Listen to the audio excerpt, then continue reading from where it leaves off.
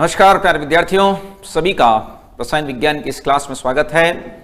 ऊष्मागतिकी के शुरुआती हिस्से, जिसको हमने ऊष्मा रसायन कहा था, को आज हम समाप्त कर देंगे। लगभग सभी प्रकार की ऊष्माओं के बारे में बात हो चुकी है। थोड़ा सा याद दिला दूं यदि भूल गए हो तो। संभवन ऊष्मा, दहन ऊष्मा, उदासीनीकरण ऊष्मा, बंद ऊर्जा और विलयन ऊष्मा। लास्ट हमने डिस्कस की थी हीट ऑफ सॉल्यूशन यानी विलयन की ऊष्मा, और उसी को पढ़ते समय कुछ दो तीन और कॉन्सेप्ट आए थे, जैसे कि निर्जल लवण की विलयन ऊष्मा, जल योजित लवण की विलयन ऊष्मा और एक लवण का जल योजन भी पढ़ा था। उससे संबंधित एक न्यूमेरिकल आज बात की जाएगी, ठीक है ना। तो यदि पिछली कक्षा नहीं देखी है तो एटलीस्ट लास्ट का 15 मिनट जरूर देख लेना, क्योंकि उसी पर बेस्ड न्यूमेरिकल से शुरुआत की जा रही है। तो यदि वो चीज नहीं देखी होगी तो फिर ये न्यूमेरिकल में प्रॉब्लम आएगी, ठीक है ना। तो लास्ट का 15 मिनट जरूर देखें, पूरी देख लें, लेकिन अभी फिलहाल के लिए एक बार फटाफट से उसको देख करके इस क्लास के पर आए, क्योंकि न्यूमेरिकल पूरी तरह से बेस्ड है पिछली कक्षा के लास्ट में 15 मिनट में जो पढ़ाया था। थोड़ा सा रिकेप करा दूंगा। हालांकि देखिए, प्रश्न यूं है कि MsO4 सॉलिड एवं MsO4 डॉट 5H2 मान लेते हैं, कोई भी सॉल्ट है सॉलिड, हेतु विलयन ऊष्मा हमको दे रखी है। विलयन ऊष्मा का मान हमको दे रखा है, और ये जो विलयन ऊष्मा का मान है वह मान लेते हैं कि x1 एवं x2 है। ठीक बात। आपसे कहा गया कि MsO4 हेतु जल योजन ऊष्मा, जिसका मतलब क्या होता था हमने पिछली कक्षा के अंदर इसके बारे में जाना था। तो जल योजन ऊष्मा का मान ज्ञात करें। प्रश्न यह है हीट ऑफ हाइड्रेशन, ठीक है ना। इसको हम कहते हैं हीट ऑफ हाइड्रेशन, जल योजन ऊष्मा। देखिए, बात यह है कि यहां जो लिखे गए हैं ना, वो ऊष्माएं हमको क्लियर होनी चाहिए, तब तो न्यूमेरिकल हो जाएगा बहुत इजी वे में। ये जो लिखे गई है वो क्या क्या है, देखिए मैं आपको थोड़ा सा फिर से याद है। एम क्या कोई धातु हो गई, कोई भी धातु हमें नहीं मालूम फिलहाल, और ना मतलब उससे क्या फर्क पड़ रहा है। उसमें यहां एक्वस लेते थे, आपको ध्यान होगा, मतलब जल का आधिक्य, और उससे क्या बनता था MsO4 AQ बोले तो एक्वस। ठीक, यहां जो ऊष्मा का परिवर्तन होता है उसको ही विलयन की ऊष्मा कहेंगे, और वह फिलहाल x1 है। यहां जो विलयन की ऊष्मा है वही आपका x1 है। फिर हम बात करते हैं, जैसे ये आपके पास MsO4 डॉट 5H2O सॉलिड है। इसमें भी वही सिस्टम हमने किया, एक्वस को मिलाया, और इससे हमको क्या प्राप्त हुआ है, MsO4 एक्वस प्राप्त हुआ है। तो यहां जो हीट का चेंज है वो x2 कहलाएगा। सबसे पहले तो इनको समझे, जो मान हमको दे रखे हैं। एक आपको दे रखा है MsO4 सॉलिड के लिए, दूसरा आपको दे रखा है MsO4 डॉट 5H2O सॉलिड के लिए। पूछा क्या है, MsO4 सॉलिड में आपको जोड़ने हैं 5H2O, अंडाकार ऑक्सीजन बन रहा है 5H2O। इससे बनाना क्या है M, कल मैंने इसका बहुत वर्णन किया था भाई धुआंधार तरीके से। सॉलिड, ये क्वेश्चन मार्क है, ये आपको पता करना है। डेल्टा H हमको दे रखा है x1 के रूप में, फिर एक डेल्टा H हमको पूछा हुआ है x2 के रूप में, और सॉलिड से सॉलिड वाला आपको मामला जो है वह ज्ञात करना है। ये हमको ज्ञात करना है, ठीक है। क्लियर है मेरे भाई? उम्मीद है आप बात को समझे होंगे। जो दिया है अभी तो मैंने वही लिखा है जो कि इस प्रश्न में दिया गया है, हमने केवल उसी को लिखा है भाई फिलहाल। अब यहां से मुद्दा ये कि कैसे इसको ज्ञात करें, तो भाई वही हेस नियम वाला एक फॉर्मेट बनाते हैं। हेस नियम का उपयोग करने को मैं बोल रहा हूं बार बार, तो कैसे लिखोगे, देखो बच्चों कुछ देखो इधर, MsO4 सॉलिड बनाइए इससे क्या, डॉट 5H2O सॉलिड बनाइए इससे क्या, ये बन गया बस। अब वही पुराना प्रोग्राम, ये आपका डेल्टा H1, ये आपका डेल्टा H2, ये आपका डेल्टा H3, नहीं 3 नाराज है। हेस नियम से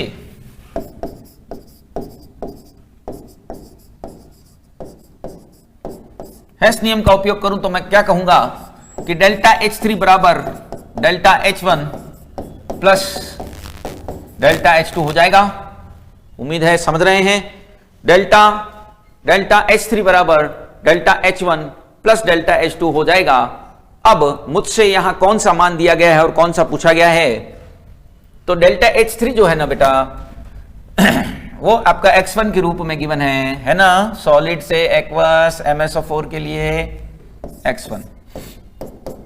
डेल्टा H1 यह आपसे पूछा है क्योंकि इसी को मैं डेल्टा H जल योजन कह सकता हूं, जैसा कि पिछले पेज पर हमने स्पष्ट किया था। डेल्टा H2 कितना है, यह आपका X2 है। ठीक बात।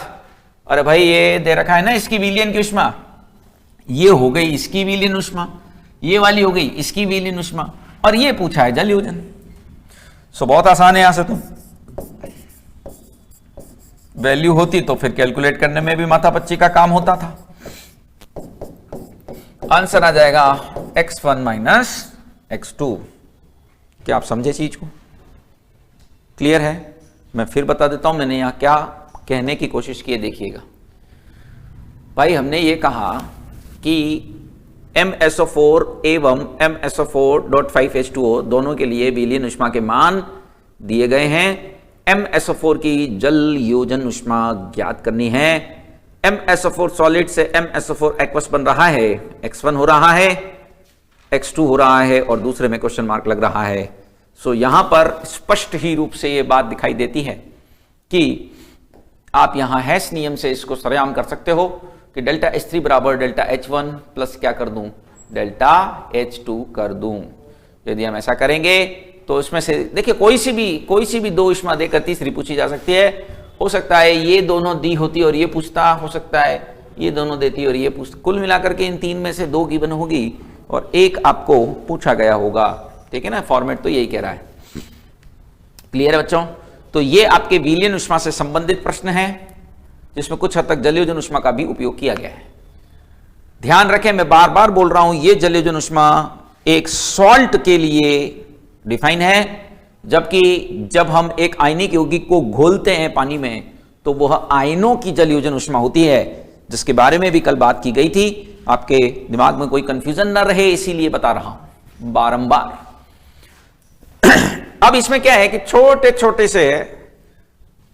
छोटे बिल्कुल कॉन्सेप्ट और रहे हैं, उनकी भी चर्चा कर ली जाए ताकि थर्मोकेमिस्ट्री वाला हिस्सा आपका पूरा हो। अगले प्रकार की हीट, छोटी सी हीट है ये, मतलब कोई ज्यादा विस्तृत बात नहीं करेंगे। परमाणुीयकरण उष्मा, एंथैल्पी उष्मा कछु कह लो भाई, इसको कणन की एंथैल्पी बोलते हैं, कणन।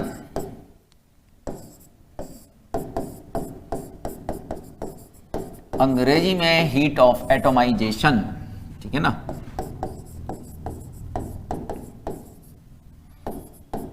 नाम से ही कुछ तो आइडिया लगता होगा। परमाणुीकरण या कणन बोल सकते हो।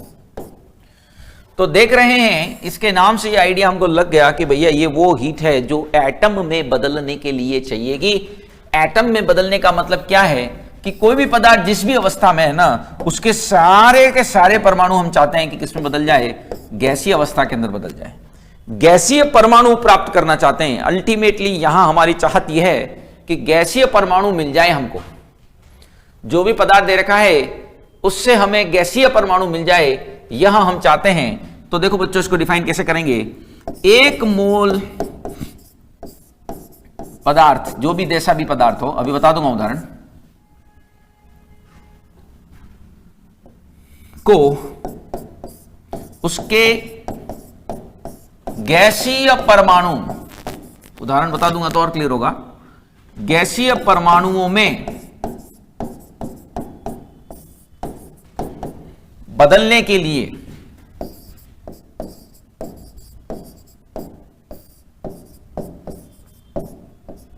आवश्यक ऊष्मा, आवश्यक होगी ना, बदलना पड़ा, गैस अवस्था में बदलना चाह रहे तो हीट लगानी पड़ेगी, और वो भी परमाणु में, यानी फ्री करना पड़ेगा मामला, तो हीट लगेगी मेरे भाई।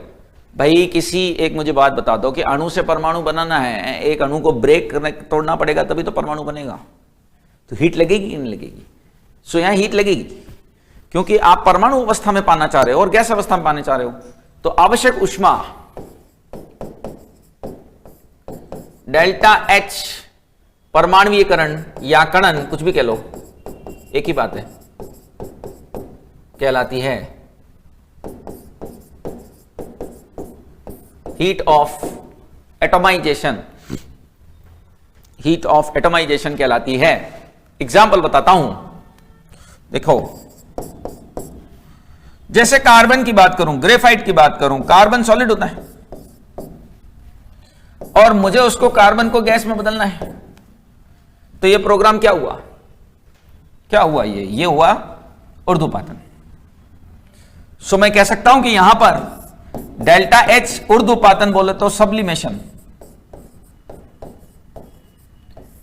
ही बराबर है किसके, डेल्टा एच कणन के, एटोमाइजेशन के, एंथैल्पी ऑफ एटोमाइजेशन के, परमाणुीकरण के बराबर है ये, समझ रहे हैं?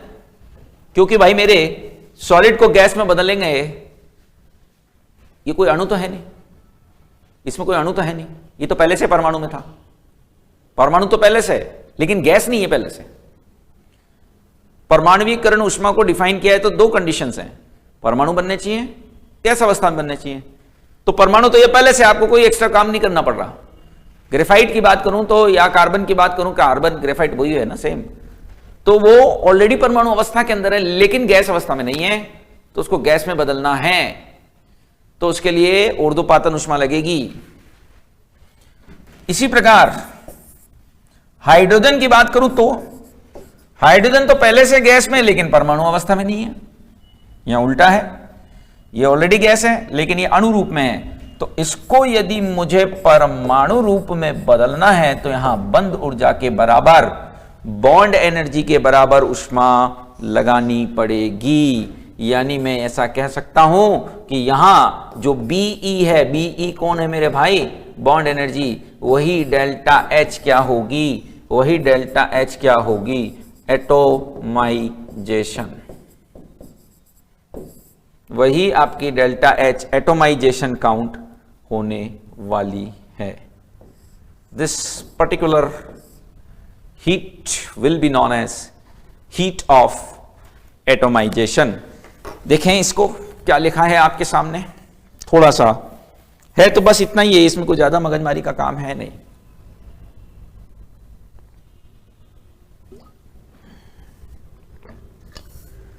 उम्मीद है अब बात समझें कि हमने क्या वर्णन करने का प्रयत्न किया है। कुल मिला के हम ये चाहते हैं कि हमें परमाणु मिल जाए, परमाणु मिल जाए और गैस अवस्था में मिल जाए। 2 चाहत यहां हमारी दिखाई देती है कि परमाणु हो और गैस अवस्था में हो, ठीक है ना।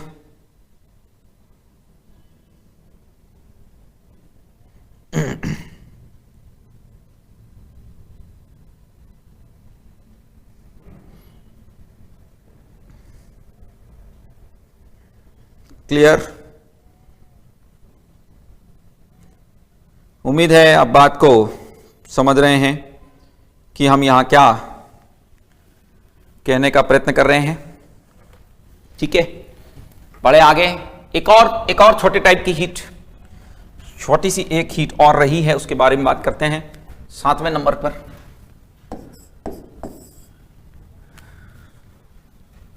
क्या है वो?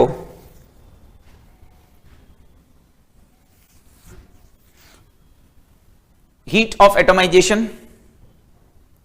के बाद एक और तरह की हीट के बारे में चर्चा कर रहे हैं।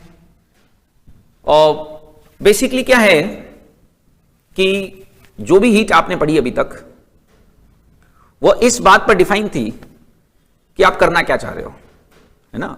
जैसे अभी रिसेंटली क्या पढ़ा कि परमाणुीकरण मतलब परमाणु में बदलना है, तो वैसे ही है जो हीट अगली है वो है हाइड्रोजनीकरण। तो क्या करते होंगे इसके अंदर? हाइड्रोजनीकरण करते होंगे। दहन उष्मा थी तो दहन करते थे, संभवन था तो संभवन करते मतलब निर्माण करते थे। तो यह हाइड्रोजनीकरण वाला मामला है।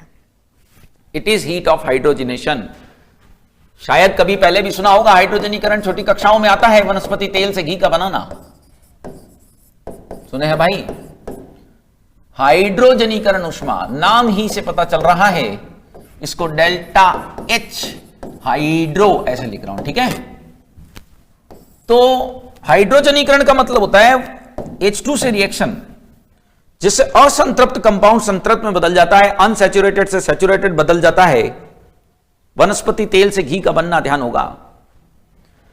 तो क्योंकि स्टेबिलिटी बढ़ती है उससे, अनसैचुरेटेड से सैचुरेटेड होता है। अनसैचुरेटेड मतलब जिसमें डबल ट्रिपल बॉन्ड हो। तो क्योंकि अनसैचुरेटेड से सैचुरेटेड बनता है तो स्थायित्व बढ़ता है। और जब भी जहां भी, याद रखना ये अमर वाक्य है, जब भी जहां स्थायित्व बढ़े ऊर्जा निकलती है। सो हम क्या कहना चाह रहे हैं? हम ये कहना चाह रहे हैं एक मोल पदार्थ कोई भी हो, यौगिक क्या देते हैं, हाइड्रोजन जोड़ रहे हो तो यौगिक ही होगा। एक मोल यौगिक के H2 से संयुक्त होने पर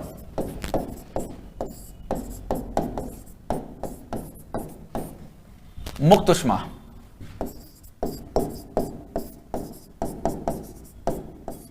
ध्यान रखना, यह असंतृप्त यौगिक कह रहा हूं, असंतृप्त समझते हो? अभी उदाहरण बता दूंगा। अनसैचुरेटेड है ना, मुक्त उष्मा डेल्टा एच हाइड्रोजनीकरण कहलाती है।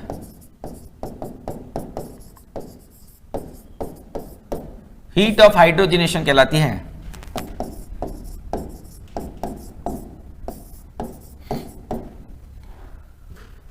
What is heat of hydrogenation is कि एक मोल असंतृप्त यौगिक के H2 से संयुक्त होने पर जो मुक्त उष्मा होती है उसको हम डेल्टा H हाइड्रोजनीकरण कहते हैं।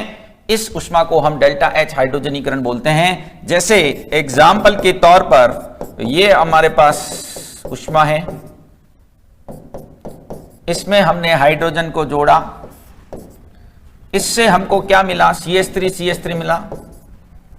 ये आपका एथीन है, वो आपका एथेन है, यानी कि यह असंतृप्त यौगिक है। असंतृप्त समझते हो? Double triple bond, carbon carbon double triple bond है ना प्रभु, इसमें सुने होंगे ऐसी बात को कभी। असंतृप्त यानी कि अनसैचुरेटेड, और यह हो गया सैचुरेटेड क्योंकि इसमें सिंगल बॉन्ड आ गया है, नो डबल बॉन्ड हियर। संतृप्त बन गया, सैचुरेटेड बन गया। तो क्योंकि अरे भाई संतृप्त अवस्था मिल गई तो फिर स्थायित्व तो बढ़ गया, नहीं बोलते हमें संतृप्त हो गया यूं करके, तो इसका मतलब इच्छाएं पूरी होगी उसकी। सैचुरेटेड हो गया, वो स्थायी हो गया। तो इधर से इधर जाते हैं तो जो उष्मा निकलती है उसको हाइड्रोजनीकरण उष्मा कहते हैं। इससे संबंधित भी एक प्रश्न हम देखेंगे जो थोड़ा सा बुद्धि लगाओ प्रश्न है। क्या है देखो, कंसंट्रेशन लेवल हाई रखने की जरूरत पड़ेगी।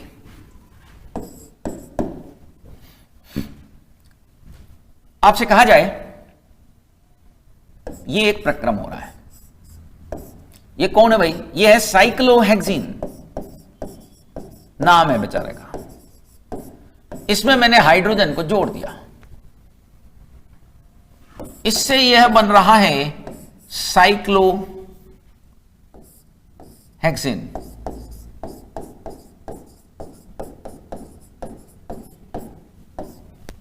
हो रहा है हाइड्रोजनीकरण। इसकी डेल्टा एच हाइड्रोजनीकरण माइनस का x किलो कैलोरी है। ठीक है, कोई प्रॉब्लम नहीं है। बेंजीन सुने हैं प्रभु, सबसे पॉपुलर कंपाउंड में से एक है ऑर्गेनिक के। उसके बारे में मेरे ख्याल से चाहे आपने ऑर्गेनिक पढ़ी हो ना पढ़ी हो, मुझे लगता है कि बेंजीन शब्द जरूर आपके जीवन में टकरा गया होगा। बेंजीन की डेल्टा H हाइड्रोजनीकरण होगी।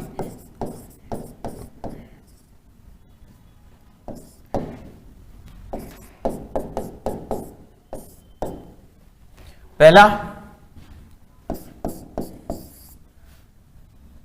-3x, दूसरा greater than -3x, less than -3x और माइनस का x। क्या प्रश्न है समझे? साइक्लोहेक्सीन की हाइड्रोजनीकरण उष्मा, इसमें एक डबल बॉन्ड है। साइक्लोहेक्सीन में एक डबल बॉन्ड है और बेंजीन में 3 होते हैं ना 3, अगर 3 डबल बॉन्ड होते हैं तो -3x होनी चाहिए कायदे से तो, पर ऐसा होगा नहीं प्रभु, जब भी तो प्रश्न बना है। देखो आप सुनो और समझो, इसमें एक डबल बॉन्ड है,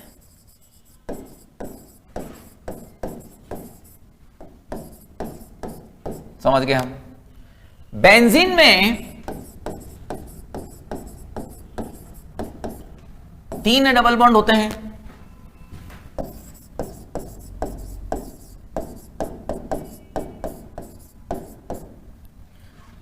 यदि ये डबल बॉन्ड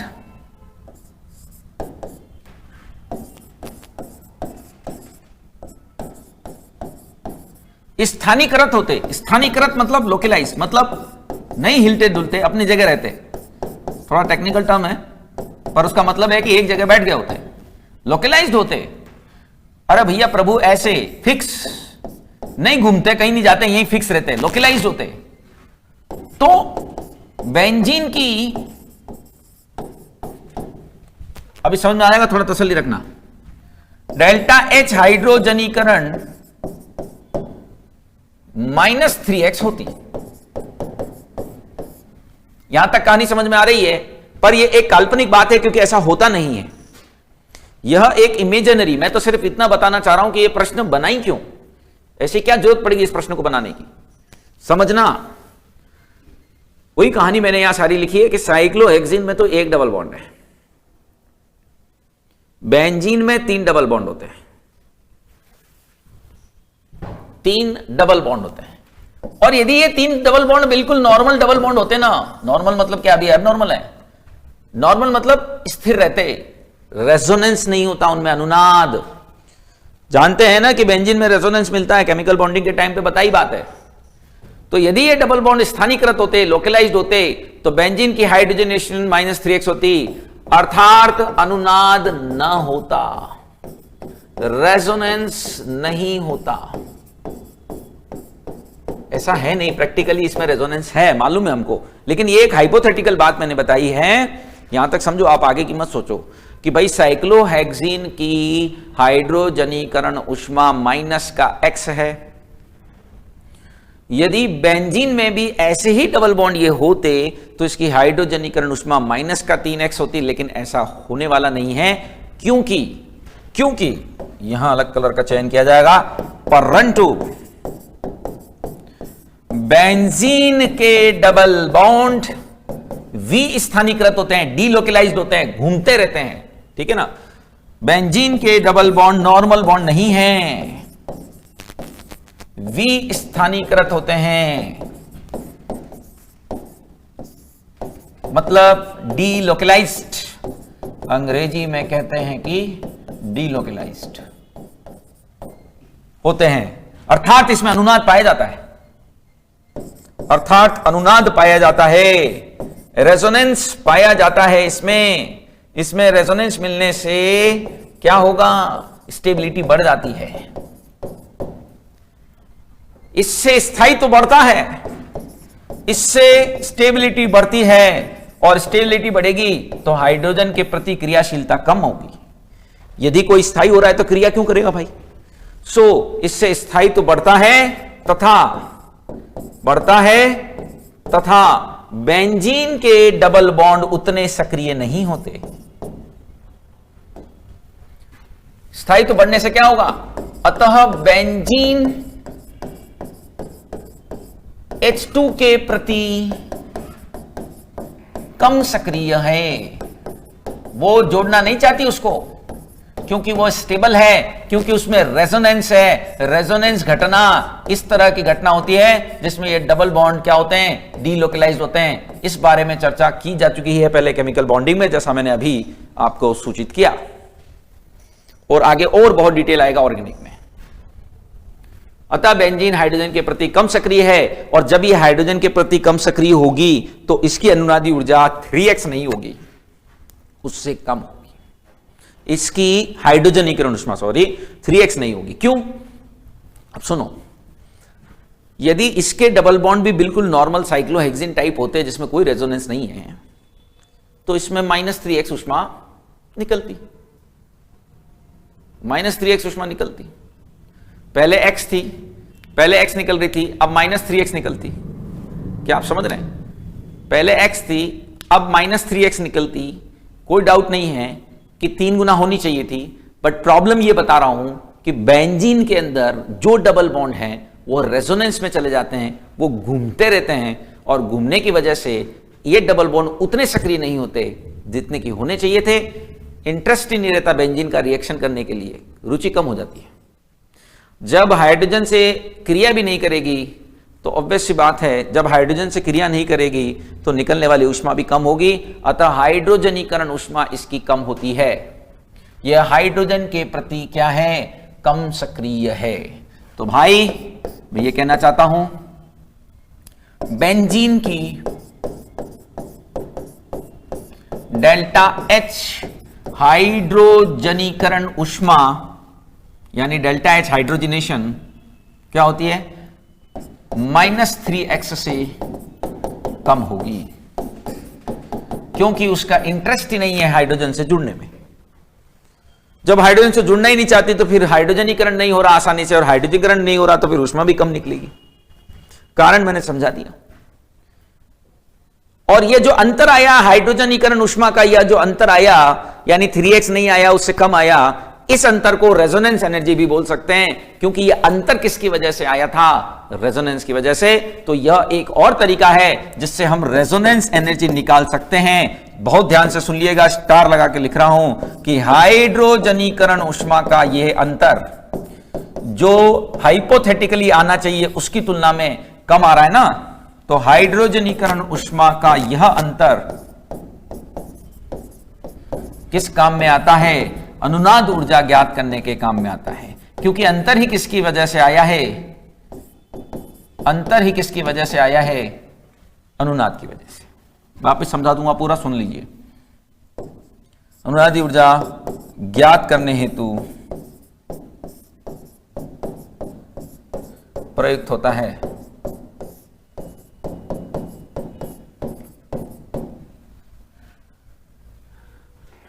ठीक है? समझ रहे हो कि भैया जो x होना चाहिए था वो -x जो होना चाहिए था वो -3x हो नहीं रहा। सुनिए फिर से क्या कहानी है, मैं बोल रहा हूं, सुनो। हमने ये कहा भाई कि साइक्लोहेक्सिन के अंदर एक डबल बॉन्ड था, बेंजीन में 3 होते हैं। तो यदि साइक्लोहेक्सिन के अंदर हाइड्रोजनीकरण कराने पर x किलो कैलोरी ऊष्मा निकलती है तो कायदे से बेंजीन में 3x निकलनी चाहिए, पर ऐसा होता नहीं। क्यों नहीं होता? क्योंकि प्रॉब्लम यह है कि ये रेजोनेंस शो करता है, घूमता रहता है ना, घूमता रहता है इसका बॉन्ड, तो ये कम सक्रिय होता है।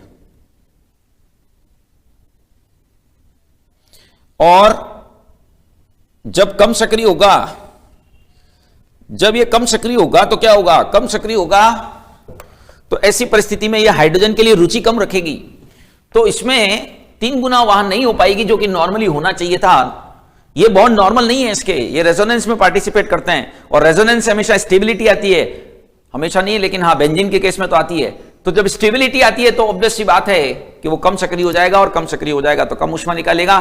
तो इसका उत्तर क्या होगा प्रभु, इसका उत्तर हो जाएगा -3x, 3x से कम। 3x से कम का मतलब 2x, -2x के -4x, बताओ फटाफट कमेंट करके, ये -2x होगा कि -4x होगा। इस तरह की बातें हमने पहले भी की हैं मेरे भाई। -2x ही होगा ऐसा नहीं कह रहा, -1.5x भी हो सकता है, -2.8 भी हो सकता है, पर -4, -3.5, -5 नहीं, 3 से कम। कम का मतलब -2, -1.5 कुछ भी, समझे। सो ये प्रश्न भी महत्वपूर्ण था जो हाइड्रोजनीकरण ऊष्मा से संबंधित है। साथ ही साथ हमने ये पाया कि इसका उपयोग हम किसके लिए कर सकते हैं, रेजोनेंस एनर्जी फाइंड आउट करने के लिए भी सरेआम कर सकते हैं, बिल्कुल यूज होता है इसका। ठीक है बच्चों, अब देखिए एक छुटका सा टॉपिक और है इसके अंदर, अच्छा महत्वपूर्ण टॉपिक है, ये भी एकदम इंपॉर्टेंट टॉपिक है, और वो क्या है, डेल्टा H व डेल्टा E। ये कौन है भाई, या इसको डेल्टा U भी कहते हैं, अभी बताऊंगा मैं संबंध। देखो भाई, हमने जो बात की ना अभी तक, विभिन्न विभिन्न प्रकार की ऊष्माओं के बारे में हमने बात की, उसको हमने वर्गीकृत भी किया। तो उसका जो वर्गीकरण है वह इस बात पर आधारित था कि रिएक्शन कौन सी हो रही है। दहन प्रक्रम हो रहा है तो दहन ऊष्मा कहेंगे, संभवन हो रहा है तो संभवन ऊष्मा कहेंगे, उदासीनीकरण हो रहा है तो उदासीनीकरण ऊष्मा कहेंगे। अलग अलग प्रकार की ऊष्माओं के रूप में हमने इसे परिभाषित किया। अब कभी कभी क्या होता है कि किसी रिएक्शन की हीट को एक और तरीके से क्लासिफाई कर देते हैं कि आपने उस रिएक्शन को कौन से पात्र में कराया। अब कोई भी अभिक्रिया होगी तो किसी वेसल में करा रहे होंगे, कोई हवा में तो करा नहीं रहे होंगे, अरे कहीं तो रखना पड़ेगा उनको, वेसल के अंदर ही तो रखोगे, पात्र में ही तो रखोगे। पात्र समझ रहे, पात्र मतलब बर्तन। खुला पात्र होगा तो दाब स्थिर होता है, और यदि बंद पात्र है तो आयतन स्थिर होता है। यदि आपने भौतिकी में ऊष्मागतिकी पढ़ ली है तो आप इन बात को बहुत आसानी से समझ जा रहे होंगे, और नहीं पढ़ी है तो फिर ध्यान से सुन लो। मैं यूं कह रहा हूं कि अभिक्रिया को 2 तरह के पात्रों में करवाया जा सकता है, और तीसरे पात्र कौन सा हो सकता है, या तो पात्र खुला होगा या तो बंद। जैसे परख नली, टेस्ट ट्यूब आप लेते हो, वो खुला पात्र है, अरे दोनों तरफ से नहीं खोलना है, गड़बड़ हो जाएगी। खुला है बोला नीचे से तो बंद है, अरे भाई खुला मतलब ओपन तो है ना, वातावरण से इसका संपर्क तो है, दोनों तरफ से खुला रख देंगे तो फिर कैसा रिएक्शन कराओगे। यानी कि परख नली एक खुला पात्र माना जाएगा, और उसमें जो दाब होगा वो वायुमंडल दाब ही होगा, यानी उसमें दाब स्थिर है। लेकिन बंद पात्र में भी प्रक्रम कराए जा सकते हैं। जब बंद पात्र में प्रक्रम कराते हैं तो आयतन स्थिर मानते हैं। तो बेटा दहन करा रहे हो, मान लेते हैं आप कंबंशन करा रहे हो, तो बंद पात्र में कराओगे ना तो निकली ऊष्मा को डेल्टा E बोलते हैं, आयतन स्थिर। खुले पात्र में कराओगे ना तो निकली ऊष्मा को डेल्टा H बोलते हैं, ओपन वेसल, दाब स्थिर है। अभी तक तो हम डेल्टा एच लिख रहे थे, क्योंकि नॉर्मली सभी प्रक्रम किसमें कराए जाते हैं, open vessel. Test tube use करते हैं हम लोग, बीकर, टेस्ट ट्यूब सब खुले पात्र यूज करते हैं, इसलिए साधारणतया ऊष्मा लिख रहे हैं तो उसको डेल्टा एच मान लेते हैं। लेकिन ऊष्मा को 2 तरीके से विभाजित कर सकते हैं, दाब और आयतन की स्थिति के आधार पर, या पात्र की स्थिति के आधार पर, कुछ भी कह लो। मैं लिख रहा हूं फिर समझाऊंगा। देखो मैं यूं कह रहा हूं, दाब व आयतन की स्थिति के आधार पर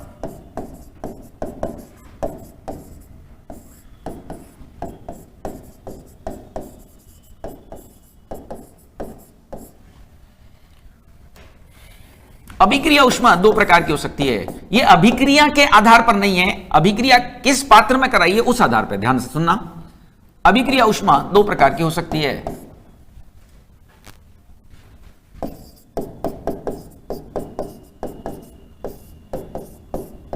कौन सी?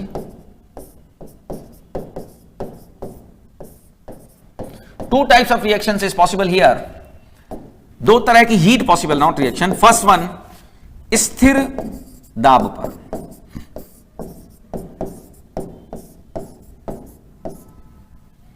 स्थिर दाब पर जो ऊष्मा होती है, स्थिर दाब पर जो ऊष्मा होती है, यानी कि अभिक्रिया बंद पात्र में खुले पात्र में कराई जा रही होगी। खुले पात्र में क्यों? क्योंकि वायु के दाब पर हो रहा है ना फिर वो, और वायु का दाब तो स्थिर रहता है। तो अभिक्रिया खुले पात्र में,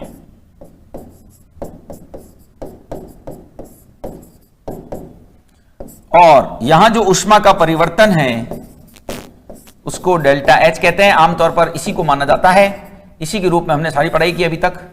ऊष्मा परिवर्तन डेल्टा एच कहलाता है। एंथैल्पी कहते हैं इसको, एंथैल्पी परिवर्तन, डेल्टा एच बोले तो एंथैल्पी परिवर्तन। एंथैल्पी कुछ नहीं है, ऊर्जा का ही एक रूप है जो किसी तंत्र के अंदर समाहित है, उपस्थित है, यूज कर सकते हैं जिसको, ठीक है ना, उसको डेल्टा एच बोलते हैं।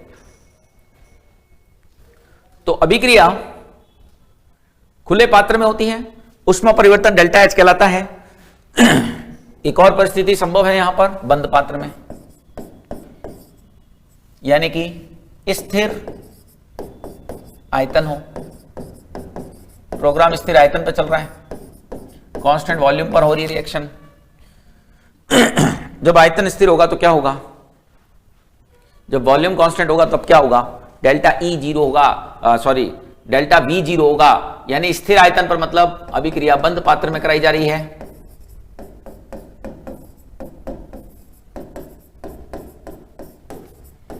और इस समय जो ऊष्मा का परिवर्तन होगा, उस ऊष्मा के परिवर्तन को क्या कहेंगे?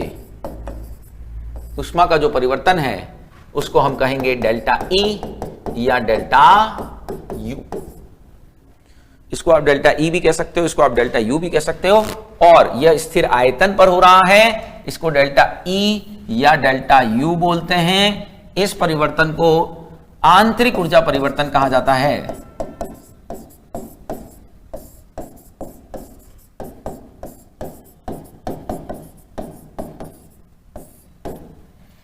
साथ में यहां एक बात और मैं नोट करा देना चाहता हूं कि साधारणतया अभिक्रियाएं किसमें कराई जाती हैं? Open vessel. आपने जीवन में जितनी भी रिएक्शन कराई सब टेस्ट ट्यूब में करवाई है ना। तो साधारणतया अभिक्रियाएं या प्रक्रम, यह बात भी हम यहां लिखना चाहेंगे, खुले पात्र में होते हैं।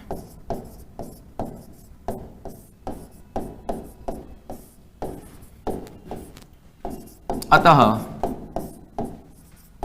यही कारण है डेल्टा एच प्रयोग किया जाता है।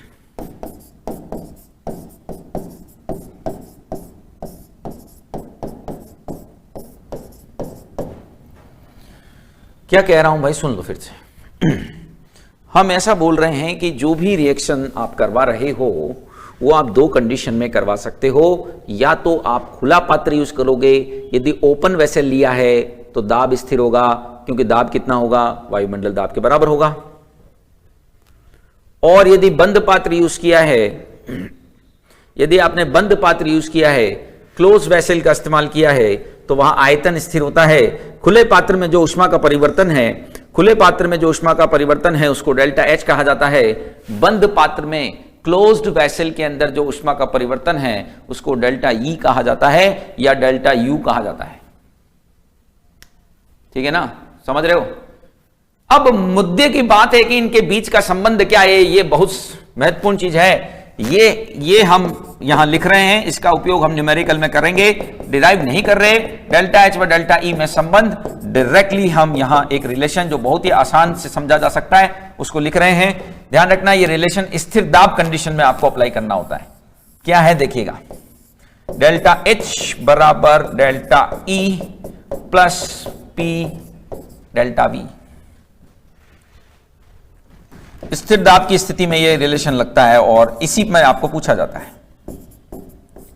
यह रिलेशन है दोनों के मध्य में। और इसको ऐसा भी कह सकता हूं, पीवी इक्वल्स टू एनआरटी होता है, हमको मालूम है अच्छे से।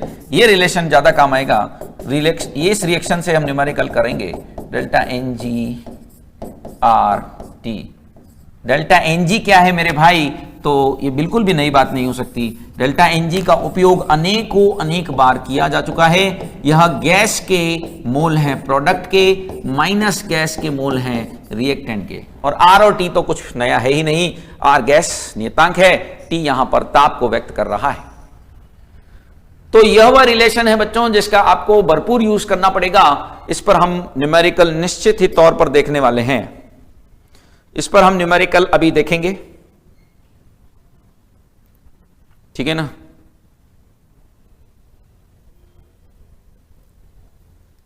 हम बात करेंगे इसके बारे में कि delta H is actually delta E plus P delta V होता है, और you can say delta H equals to delta E plus delta N G R T होता है,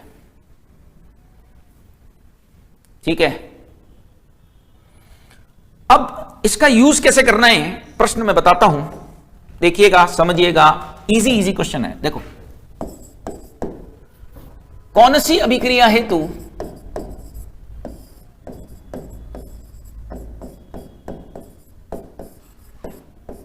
डेल्टा एच बराबर, या यूं कह लो कि delta H is greater than delta E होगा।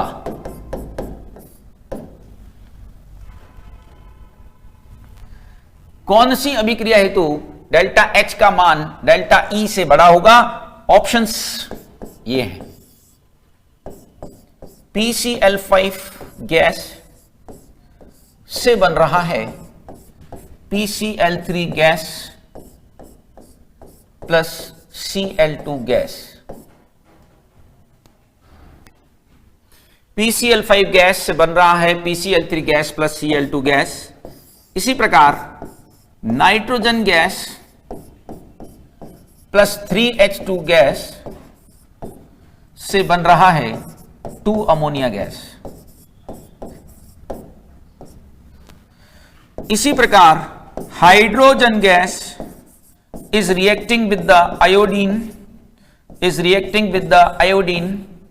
and मिल रहा है 2Hi। और चौथा ऑप्शन है इनमें से कोई नहीं।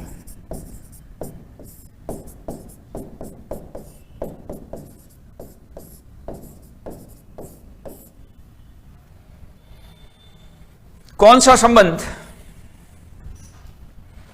या कौन सी अभिक्रिया आपको यह बताती है कि डेल्टा एच का मान डेल्टा ई से बड़ा है? कैसे करेंगे भाई?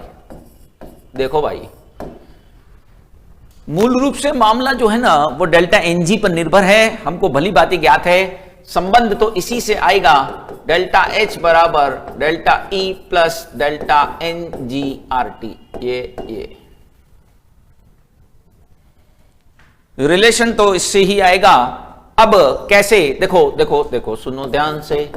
पहला केस, डेल्टा एनजी का मान 0 हो तो क्या करोगे? मान लेते हैं डेल्टा एनजी का मान 0 हो। ये ए वाले के लिए नहीं है, यूं मत समझ लेना कि ए के लिए लिखा है। मैं ऐसा लिख देता हूं केस 1। कंफ्यूजन नहीं होना चाहिए भाई, कंफ्यूज हो गए तो फिर नहीं कहां से आएंगे।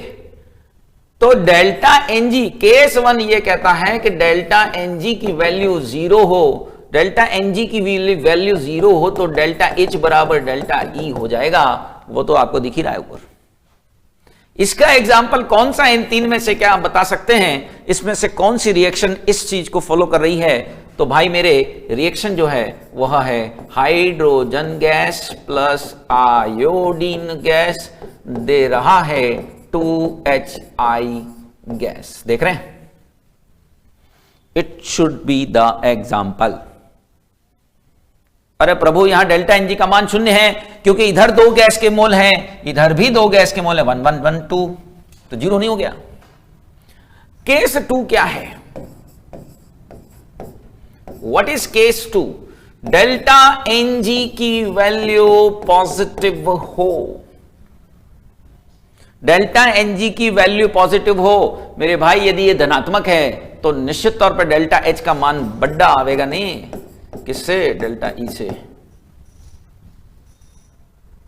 कैसे? ये एग्जाम्पल देखिएगा। PCl5 बना रहा हो PCl3 प्लस Cl2। देख रहे हैं यहां पर क्या हो रहा है, देख रहे हैं यहां पर डेल्टा Ng का जो मान है, डेल्टा Ng का मान जो है वह क्या है 2 - 1 यानी कि प्लस का 1। तो प्लस का 1 आ गया तो भाई मेरे ये इसमें ऐड होगा यानी डेल्टा H बड़ा हो जाएगा। प्लस का 1 कैसे आया देख रहे हो, तो इधर गैस के 2 मोल हैं, इधर 1 मोल है, 2 मोल 1 मोल, 2 - 1 1। तो डेल्टा Ng का मान यहां पर प्लस का 1 क्यों आ रहा है, उम्मीद है आप समझी गए होंगे। क्या और कोई केस हो सकता है? निश्चित तौर पर एक केस और दायर करेंगे अभी अपन, और वह है डेल्टा Ng का मान ऋणात्मक हो, नेगेटिव। डेल्टा Ng की वैल्यू नेगेटिव हो तब क्या होगा भाई, तब ये होगा कि डेल्टा H का मान छोटा हो जाएगा डेल्टा E से। एग्जाम्पल इसका भी है, नाइट्रोजन प्लस हाइड्रोजन से बन रहा है अमोनिया। सो इसमें आप देख पा रहे होंगे कि यदि मुझसे डेल्टा Ng के लिए कहा गया तो गैस के मोल कितने हैं बेटा, 2, सब गैस हैं इसमें, माइनस अभिकारक 4, ये आ गया माइनस का 2। डेल्टा Ng का मान यदि माइनस आ रहा है तो डेल्टा H छोटा होगा, डेल्टा Ng का मान यदि प्लस आ रहा है तो डेल्टा H बड़ा होगा, डेल्टा Ng का मान यदि 0 आ रहा है तो फिर डेल्टा H बराबर डेल्टा E होगा। देखो इधर प्रश्न यह था कि इनमें से कौन सी अभिक्रिया के लिए डेल्टा H का मान डेल्टा E से बड़ा होगा। काफी पॉपुलर प्रश्न है, इस तरीके के प्रश्न आते हैं, यही आएगा ऐसी चीज तो नहीं, लेकिन हाँ इस तरह के प्रश्न दिखते रहते हैं। पहला ऑप्शन निश्चित तौर पर इसका आंसर माना जाएगा, क्योंकि आप देख रहे हैं इधर गैस के मोल बढ़ रहे हैं, आपके सामने है वो बात। तो ये फॉर्मेट आप समझ गए होंगे कि हमने यहां कहने की क्या कोशिश की है, ठीक है। उम्मीद है यह बात आपके समझ में आ गई होगी। एक और प्रश्न इसी से संबंधित करते हैं, जैसे कि आपसे कहा जाए कि निम्न प्रक्रम हेतु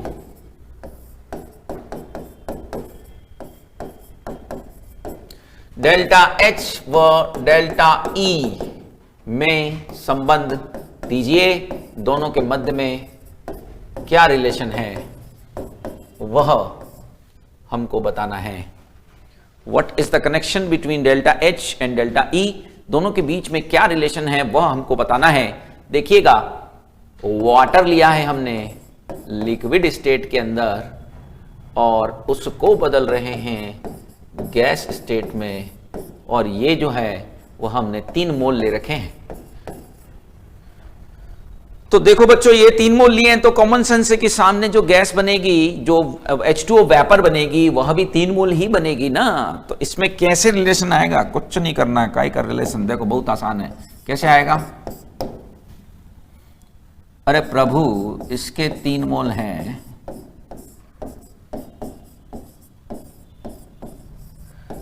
इसके 3 मोल हैं तो गैस के भी तो 3 ही मोल बनेंगे ना। सो डेल्टा Ng का मान प्लस का 3 हो भी जाएगा कि नहीं, डेल्टा Ng का मान प्लस 3 हो जाएगा, डेल्टा Ng का मान प्लस का 3 होगा, डेल्टा Ng का मान प्लस का 3 होगा, तो रिलेशन क्या होगा, डेल्टा H बराबर डेल्टा E प्लस 3RT, खत्म काम। यदि यहां 10 मोल होते तो क्या करते, तो 10 मोल होता तो गैस के 10 मोल बनते, तो फिर डेल्टा Ng भी 10 लेते, प्रॉब्लम किधर है। 1 मोल होता तो 1 लेंगे, 0.1 है तो 0.1 लोगे। डेल्टा Ng तो उतना, डेल्टा Ng का मतलब गैस के मोल इस साइड और उस साइड, इस साइड तो कोई गैस के मोल है ही नहीं, तो लिक्विड है, इस साइड तो गैस के मोल है ही नहीं क्योंकि ये तो लिक्विड है, सिर्फ गैस के मोल एक ही साइड दिखाई दे रहे हैं, इसीलिए डेल्टा Ng का मान प्लस 3 आ जाएगा। समझ रहे हो, क्लियर, ठीक है। एक और प्रश्न कराते हैं इसी कॉन्सेप्ट पर। देखिए क्वेश्चन ये है, स्थिर दाब पर बेंजीन हेतु दहन ऊष्मा माइनस का x किलो कैलोरी हो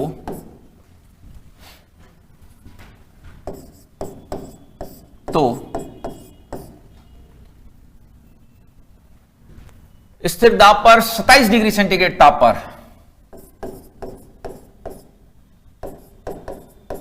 ठीक है ना, तो स्थिर आयतन पर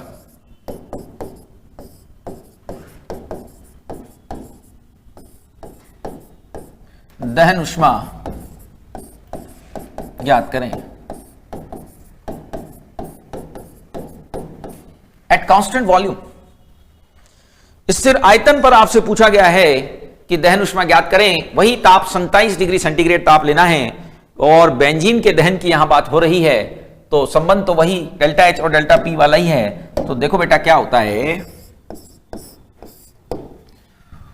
कुल मिलाकर मुझे यहां डेल्टा एच दे रखा है। कभी कभी एग्जामिनर के दिल में ख्याल आता है तो वो इसे क्यूपी भी लिख देता है, डेल्टा एच की जगह इसको क्यूपी लिख देता है भाई। वो क्यूपी मींस कांस्टेंट प्रेशर पर हीट, बात तो वही है, डेल्टा एच है ना, पर घबराना नहीं, इसमें कई बार हम कंफ्यूज हो जाते हैं कि ये क्या हो गया। और ये माइनस का x किलो कैलोरी है और हमसे प्रश्न जो किया गया है वो डेल्टा ई के बारे में किया गया है, तो वही उसी ख्याल के चलते कभी कभी इसको वो क्यू भी लिख देता है क्योंकि यह कांस्टेंट वॉल्यूम पर है।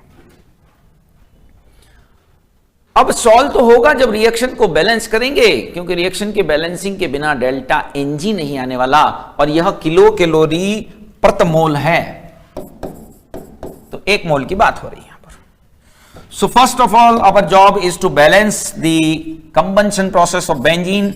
ये आपके पास बेंजीन है, ध्यान रखिएगा कि बेंजीन जो है वो कमरे के ताप पर द्रव होता है। ये नहीं मालूम है तो गड़बड़ हो जाएगी, क्योंकि यदि आपने इसको गैस कर दिया तो फिर इसके मोल चेंज हो जाएंगे। लिक्विड के मोल तो लेने नहीं है ना। कंबंशन क्या होता है अल्टीमेटली आपको ये बहुत अच्छे से ज्ञात है। किसी भी हाइड्रोकार्बन का मैं कंबंशन कराऊंगा तो मुझे CO2 गैस और साथ में H2O in form of liquid मिलेगा, क्योंकि कमरे के ताप पर H2O तो द्रव है। अभी यह बैलेंस नहीं हो पाई है, जब यह बैलेंस होगी ना तभी आप इसे सॉल्व कर पाएंगे।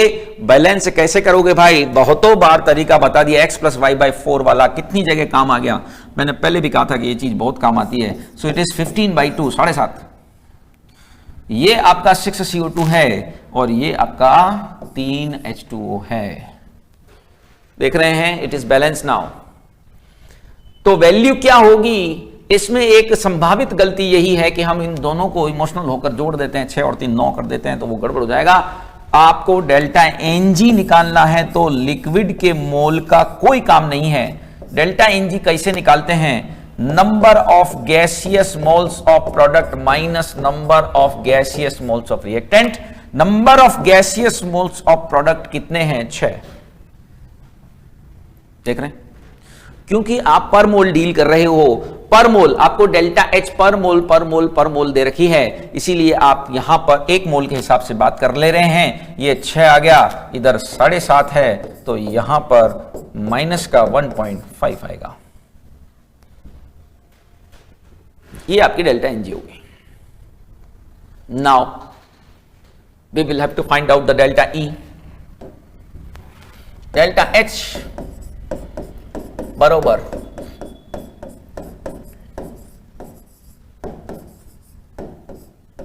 ये हो गया। मुझे निकालना है डेल्टा ई, तो मैं क्या करूंगा, माइनस कर दूंगा।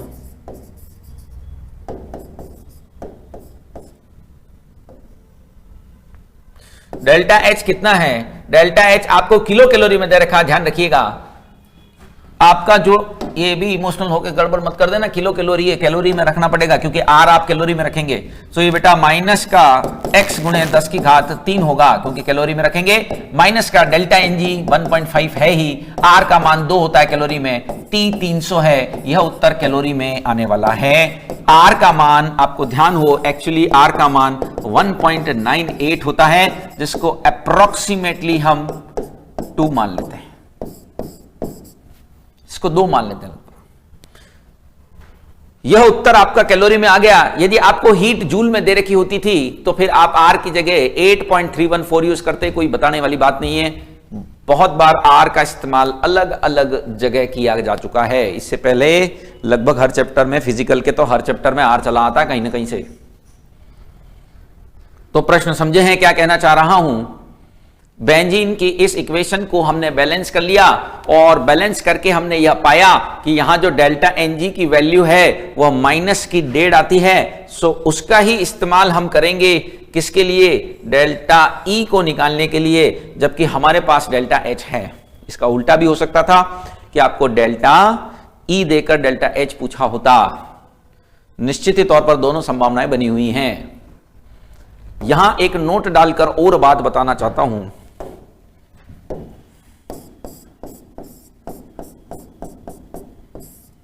कभी सुना होगा कैलोरीमीटर, कैलोरी मीटर उपकरण है, उसके उपयोग से उष्माओं को ज्ञात किया जाता है। भौतिकी में भी आता है, कभी कभी तो प्रैक्टिकल भी आता है। हमारे टाइम पे तो प्रैक्टिकल भी कराते थे कैलोरीमीटर का फिजिक्स में, अभी मुझे नहीं मालूम फिलहाल क्या स्थिति है। तो कैलोरीमीटर के मदद से हम किसी रिएक्शन में हुई हीट को पता करते हैं। तो यहां डेल्टा एच और डेल्टा ई के मापन के लिए भी इसी का उपयोग करते होंगे निश्चित तौर पर। अभिक्रिया उष्मा के मापन हेतु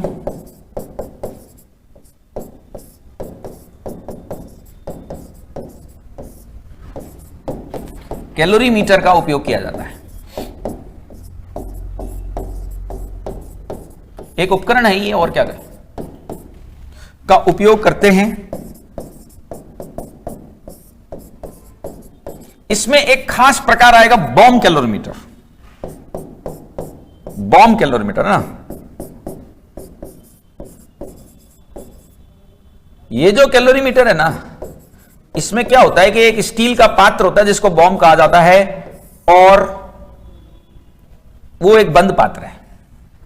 तो बंद पात्र, इसका मतलब बॉम्ब कैलोरीमीटर का जहां भी उपयोग आए, इसका मतलब कौन सी हीट होगी वो, जहां भी ये शब्द आ जाए ना बॉम्ब कैलोरीमीटर द्वारा, ये अक्सर आपको प्रश्नों में दिखाई देगा, गारंटी है ये मेरी। बॉम्ब कैलोरीमीटर द्वारा डेल्टा ई या डेल्टा यू का मापन होता है, क्योंकि जैसा मैं कह रहा हूं कि इसमें एक स्टील का वेसल होता है, इसमें एक स्टील का पात्र होता है जिसको हम बॉम्ब कहते हैं। उसमें किसी पदार्थ का दहन करा के, और उससे, उसकी अपनी पूरी कहानी है, तो उससे हमको जो निकलने वाली उष्मा है उसका हम निर्धारण करते हैं। ये मैं क्यों बता रहा हूं, क्योंकि कई जगह आपको यह लाइन लिखी हुई मिलेगी कि बॉम्ब कैलोरीमीटर के अंदर हमने बेंजीन की रिएक्शन कराई, बताइए यह हीट कौन सी है, इसे डेल्टा एच और डेल्टा ई। तो ध्यान रखना यह डेल्टा ई होगी। इस शब्द का जैसे ही उपयोग दिखाई दे, मान के चलना कि वह डेल्टा ई के बारे में बात कर रहा है। कभी कभी इस प्रश्न में ऐसा भी ट्विस्ट उत्पन्न करते हैं कि यहां पर यह जो उष्मा होती है वो प्रतिमोल नहीं दे रखी होती। उसको कह देगा कि 7.8 ग्राम बेंजीन को जलाया और फिर मिली, क्या करोगे? मान लेते हैं यहां कह दिया 7.8 ग्राम बेंजीन है, फिर क्या करोगे? उसे मोल में बदलो, उसके बाद रिलेशन यूज करना, क्योंकि यह जो डेल्टा एनजी आ रहा है वह 1 मोल बेंजीन के लिए आ रहा है। या मैं 1 मोल बेंजीन लेता हूं तब ये 6 मोल बनेंगे ना प्रभु। मैं 0.1 मोल बेंजीन लूंगा तो 6 मोल CO2 प्राप्त हो जाएगा क्या आपको? तो 0.6 प्राप्त होगा फिर तो। सो बेटर ये है कि ये 7.8 ग्राम यानी 0.1 मोल के लिए 78 होता है बेंजीन का अनुभार, 0.1 मोल के लिए दे रखी है, तो उसको प्रति मोल बदल के इस रिलेशन का इस्तेमाल कर लें, या फिर उसी के संगत फिर डेल्टा एनजी रखें। सीधे सीधे मत रख देना कि ये डेल्टा एच तो आप 0.1 मोल के संगत ले रहे हो और ये डेल्टा एनजी 1 मोल के संगत ले रहे हो। अरे भाई ये कौन सी विज्ञान है? डेल्टा एनजी आपने 1 मोल के संगत ले ली और डेल्टा एच आप 0.1 मोल के संगत ले रहे हो, तो सब ये तो असंगत हो गया ना, गड़बड़ हो जाएगी ना। तो दोनों को सेम लेना, और इसमें कोई रटने घुटने की बात है नहीं। ये 1 मोल के संगत 6 मोल बनते, 0.1 मोल लूंगा तो 0.6 मोल बनेगा, तो अंतर कहां से 1.5 आ जाएगा? तो देखभाल के करना है कार्यक्रम, ऐसे नहीं बढ़ते से वैल्यू रख दे। ठीक है, क्लियर है? तो भाई ये थर्मोकेमिस्ट्री वाला पोर्शन हो चुका है कंप्लीट। इसको मैं वापस बता देता हूं, मैंने जो भी आज बताया इसके बाद थर्मोडायनेमिक्स का ओरिजिनल पार्ट स्टार्ट करेंगे नेक्स्ट क्लास के अंदर। फिलहाल ये हमने आज क्या जानकारी दी, विलियन ऊष्मा से संबंधित प्रश्न था जो पहले ही कल डिस्कस किया जा चुका था पूरा कॉन्सेप्ट, और ये आसान प्रश्न है, हमें नहीं लगता इसमें कोई तकलीफ होनी चाहिए। इस चीज को जलयोजन बोलते हैं, ये मैंने कल खूब चिल्ला चिल्ला के पढ़ाया था, और इसी पे आधारित यहां पर एक एक्सप्रेशन हमने बना दी। इसको हेस नियम से हमने H3 बराबर H1 प्लस H2 कर दिया। कोई सी भी दो ऊष्मा देकर तीसरी पूछी जाएगी। परमाणुीकरण एंथैल्पी क्या है, परमाणु में बदलना है, उसके लिए जो भी ऊष्मा लगेगी उसको परमाणुीकरण एंथैल्पी कहेंगे। अब वो डिपेंड करेगा कि आप इधर सामने क्या ले रहे हो, उसके अकॉर्डिंग ये इसका मान बदलता है। ग्रेफाइट जैसों के लिए तो आप सिर्फ उसको ऊर्ध्वपातन कर दो तो ऊर्ध्वपातन ऊष्मा ही कणन की एंथैल्पी हो जाएगी। हाइड्रोजन जैसे के लिए बॉन्ड को ब्रेक करना पड़ेगा।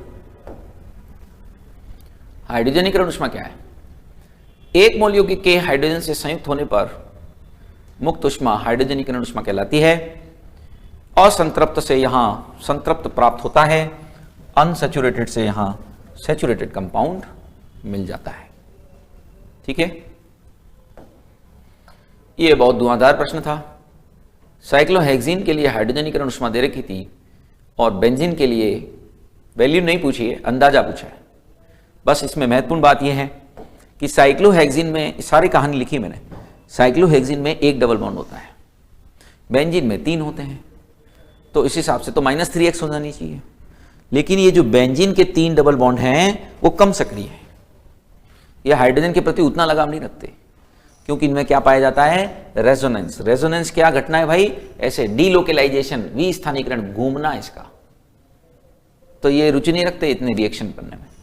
तो ऑब्वियस सी बात है कि जब हाइड्रोजन के प्रति इनका लगाव कम है तो इनकी हाइड्रोजनीकरण ऊष्मा भी तो कम होगी, x से कम होगी, नहीं 3x। x की तो कोई बात ही नहीं कर रहा, x तो मामला ही खत्म हो गया। ये तो एक बॉन्ड के संगत था, इसमें तो 3-3 बॉन्ड हैं, तो इतनी थोड़ी ना घट जाएगी क्या। 3x से कंपेयर करो, 3x से कंपेयर करो, क्योंकि यहां 3 बॉन्ड है। ठीक है, दोनों के बीच में संबंध बड़ा ही उपयोगी रिलेशन है। इसके अंदर हमने ये बात जानी कि 2 प्रकार से रिएक्शन को कराया जा सकता है, एक स्थिर दाब पर खुले पात्र में, स्थिर आयतन पर बंद पात्र में।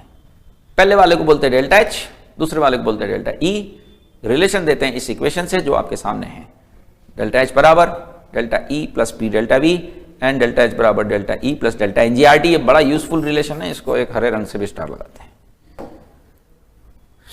आगे के प्रश्न इसी रिलेशन पर आधारित है। ये बहुत अच्छा और इंपॉर्टेंट प्रश्न है कि डेल्टा H और डेल्टा E के बीच के संबंध से संबंधित आता है। बहुत आराम से क्वेश्चन बिना पेन चलाए भी हो जाता है, खाली रिएक्शन को देख करके आप पता लगा सकते हो। फर्स्ट वाले में डेल्टा Ng पॉजिटिव है तो डेल्टा H बड़ा होगा, सेकेंड वाले में डेल्टा Ng नेगेटिव है तो डेल्टा H छोटा हो जाएगा, तीसरे वाले में डेल्टा Ng का मान 0 है तो फिर वो बराबर होगा। यदि गैस अवस्था हो ही नहीं दोनों साइड तो फिर दोनों में अंतर करने की जरूरत नहीं है, फिर डेल्टा H बराबर डेल्टा E ही चलता रहेगा। यह हमने एक फिजिकल स्टेट चेंज से संबंधित बात की। ऐसे प्रश्न भी देखे जाते हैं कई बार कि यहां 4 मोल होता तो 4 मोल गैस के बन रहे होते, 4 मोल गैस के बन रहे होते तो डेल्टा Ng भी 4 ही होना चाहिए था। निश्चित तौर पर डेल्टा Ng 4 मोल होता। ये एक अच्छा प्रश्न है। फिर से बेंजीन वाला, बेंजीन के ही दहन के बात अक्सर की जाती है, ध्यान रखना। इसमें तो प्रतिमोल दे दिया तो कोई खास ट्विस्ट नहीं है। कई बार बेंजीन की मात्रा दे दी जाती है, मात्रा दे दी जाएगी तो मैं फिर बोल रहा हूं कि यहां इसका बहुत विशेष ध्यान रखना कि डेल्टा H प्रतिमोल दिया है कि किसी एक पदार्थ किसी मात्रा के लिए दिया है, उसी के संगत डेल्टा Ng आएगा। या सबसे सेफ साइड चलना है तो इसको प्रतिमोल बदल दो, फिर डेल्टा Ng आपकी इक्वेशन से ही पता चल जाएगा। ठीक है ना, फिर तो डेल्टा Ng आपका इक्वेशन के संगत हो जाएगा। बहुत ध्यान से देखिएगा। द ओनली थिंग इज, देखिए विज्ञान के विद्यार्थी हो, एक बार इतनी बार जरूरत नहीं पड़ती है चीजों को बताने की, उम्मीद है आप समझ रहे हैं कि कॉमन सेंस है कि ये डेल्टा H यदि प्रतिमोल है तो ये प्रतिमोल के संगत आएगा, ये प्रतिमोल नहीं है तो ये प्रतिमोल के संगत कैसे रख सकते हो, गड़बड़ हो जाएगी फिर। तो करस्पॉन्डिंग टू वैल्यू दोनों एक जैसी ही रखनी चाहिए। फिर हमने एक नोट लिखाया, इसमें भी एक खास बात बताइए कि भाई कैलोरीमीटर से हम मापन करते हैं और यहां एक पर्टिकुलर नाम आपके सामने बार बार दिखाई देगा, बॉम्ब कैलोरीमीटर।